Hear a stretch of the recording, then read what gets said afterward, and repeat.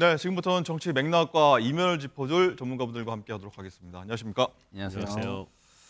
자, 오늘 속보부터 조금 전 들어온 속보부터 한번 얘기를 이어가야 될 것 같은데, 자, 대통령실과 한동훈 대표가 30일 모레입니다. 모레 회동을 하기로 한동훈 지도부와 만찬하기로 했었는데 대통령실에서 전격 연기했다고 조금 전에 발표를 놨는데 김광삼 변호사님께 먼저 여쭤볼게요. 의정 갈등 관련해서 대통령실과 한동훈 대표가 약간 갈등을 빚어왔습니다. 최근 들어서 이거 관련해서 대통령실에서 좀 불편해하거나 좀 나아가서 좀 화가 났다 이렇게 봐야 될까요? 어떨까요? 아니 외부로 보기에는 또 이제 대통령실 입장은 할 일이 많다는 거 아니에요. 할 일이 시간적인 면도 굉장히 타이트하고. 그런데 지금 가장 눈앞에 있는 곳은 의정 관련된 의료대란 아닙니까? 그 추석 대신 의료대란이 일어나냐 일어나지 않느냐에 대해서 지금 굉장히 많이 논란이 되고 있어요. 그러면 추석 전에 만나서 뭔가 대책을 내는 게 맞지 않냐 그런 생각을 하는데 아마 대통령실은 지금 불편한 심기가 반영이 된 것 같아요. 특히 지금 의료 대란과 관련해서 의료 개혁과 관련해서 이제 한동훈 대표가 약간 올해는 어쩔 수 없지만 네. 내년에는 한 7,500명 정도가 되기 때문에 네. 의대 교육이 제대로 이루어질 수 없다. 그러면 좀 유보하는 게 어떠냐. 26학년 없든지 그런 얘기를 했어요. 네, 좀 유예하자. 1년 유예하자 이런 얘기였죠. 그런데 이제 그거에서 대통령은 단칼에 거절을 했단 말이에요. 그러면서 이건 정부의 권한이다. 이제 이런 식으로 얘기했어요. 더군다나 또 최근에 나온 것은 이제 국민의힘에서 공개적으로 얘기한 건 아니지만 지금 보건부 복지부 제2차원을 좀 어떻게 보면 교체해야 하는 거 아니냐. 이제 그런 의견을 전달하겠다는 취지의 얘기가 나오니까 예.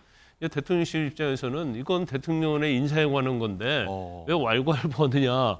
이제 그래가지고 지금 여당이라도 그러죠. 그래서 유난 갈등이 다시 시작되는 게 아니냐. 이제 이런 얘기가 나왔고 사실 이제 그런 얘기가 나오면서 만찬 연기되는 거 아니야? 그랬는데 많이 나왔었죠. 저는 생각할 때 연기될 가능성이 크다고 이렇게 봤거든요. 왜냐하면 이제까지 대통령실의 입장 그리고 윤 대통령의 스타일로 보면 충분히 그러고도 남을 거라 생각했는데 결국 만찬 연기했어요. 그러면 뭐가 시급한지는 모르겠지만 일단 국민의힘하고 당정이 만나서 뭔가 지금의 어떤 돌파구를 마련하는데 이것보다 시급한 게 어디 있겠습니까? 그럼에도 불구하고 다른 시급한 것이 있다랄지 일정에 있어서 문제가 있다고 해서 이걸 연기하는 것은 제가 볼 때는 적절하지 않다 이렇게 봅니다. 그렇군요.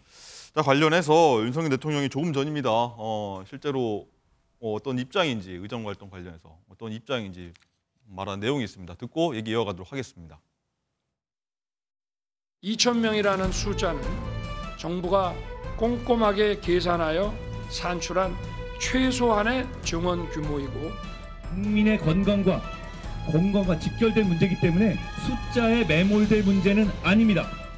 국민의 건강을 지키는 건 절대적 가치이기 때문에 그 과정에서 생길 수 있는 여러 우려에 대해서도 정부가 철저히 대비해야 한다고 생각합니다. 국민들이 원하는 의료 개혁의 본질과 동력을 잃지 않으면서도 지금의 상황에 대한 국민들의 걱정과 우려를 경감시킬 수 있는 대안 마련이 필요하다는 게 제 생각이고 네, 여태까지 있던 일을 대통령과 한동훈 대표가 얘기했던 건데 자, 고위 관계자가 의대 증원 입장 변화 없다. 한동훈 대표가 무관되게 일관되게 왔다라고 얘기를 한 부분인데 김상일 부대변인 어떻게 보셨습니까?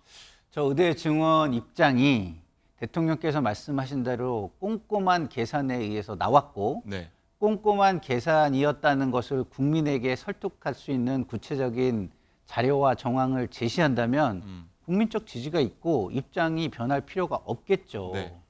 근데 의사 증원은 국민의 지지가 있는데 왜 지금 국민들이 전폭적으로 지지를 하지 않을까요?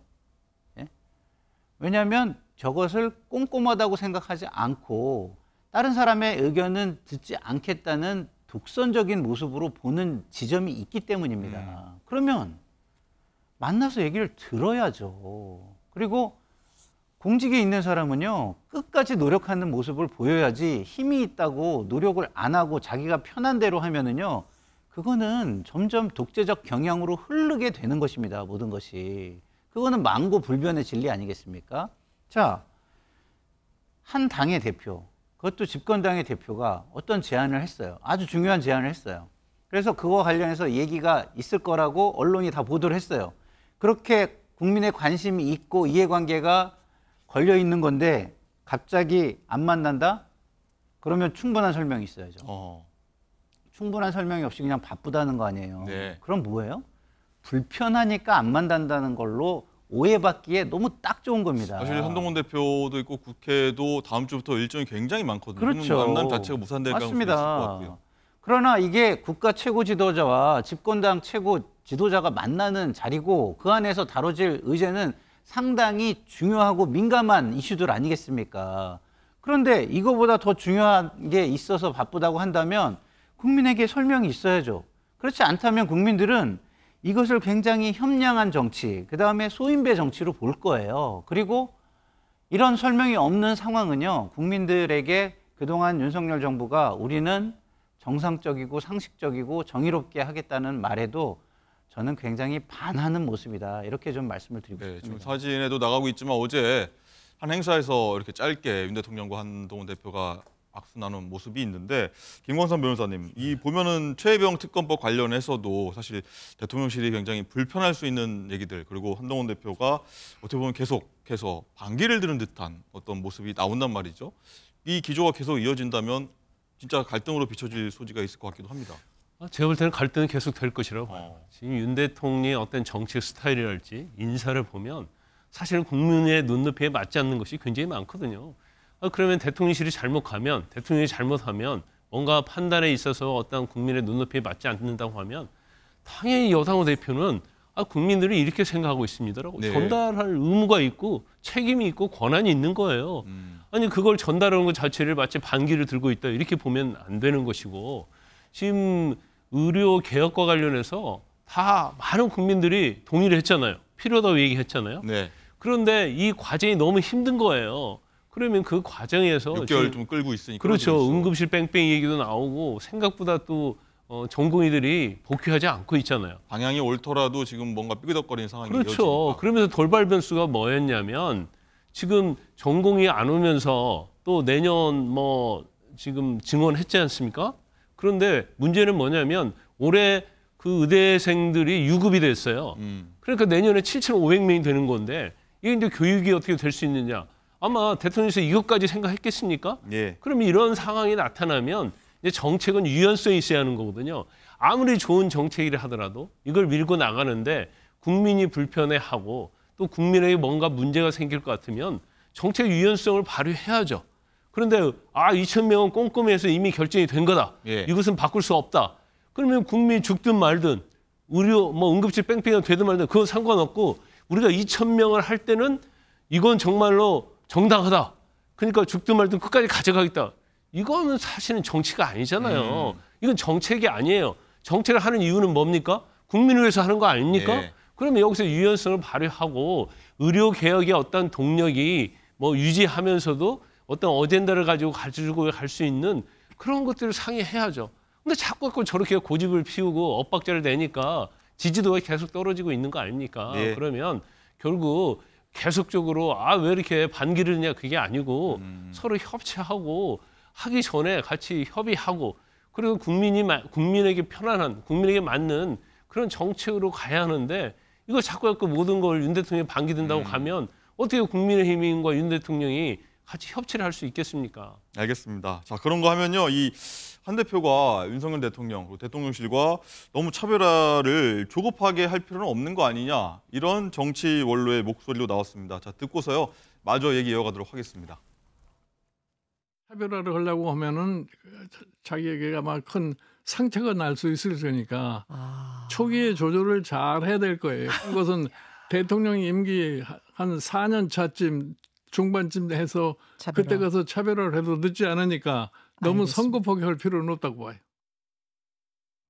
네, 김상일 네. 대표님. 일단은 김종인 전 대표는 네. 자, 지금 너무 네. 너무 빨리 세우지 말고 네. 중후반쯤에 대통령 임기 네. 중후반에 해도 늦지 않다 이런 네. 얘기거든요. 어떻습니까? 저게 일반화의 오류라는 거예요. 네. 일반적으로 많은 상황에서는 저 말이 맞죠.